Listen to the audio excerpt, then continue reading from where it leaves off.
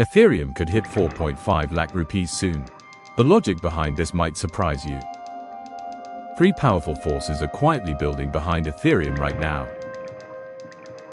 Let's start with the first one. The supply. After the merge, Ethereum became deflationary. This means Ethereum supply slowly decreases over time.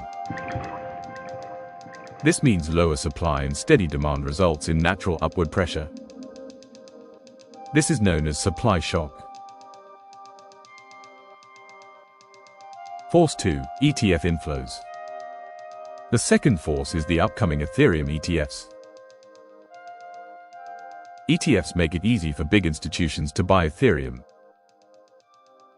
which can make billions to flow into Ethereum, just like Bitcoin. This creates consistent, long-term buying pressure.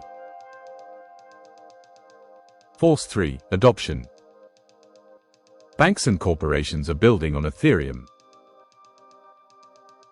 Smart contracts and tokenization are getting real use cases, which means more usage equals more demand and stronger price movement.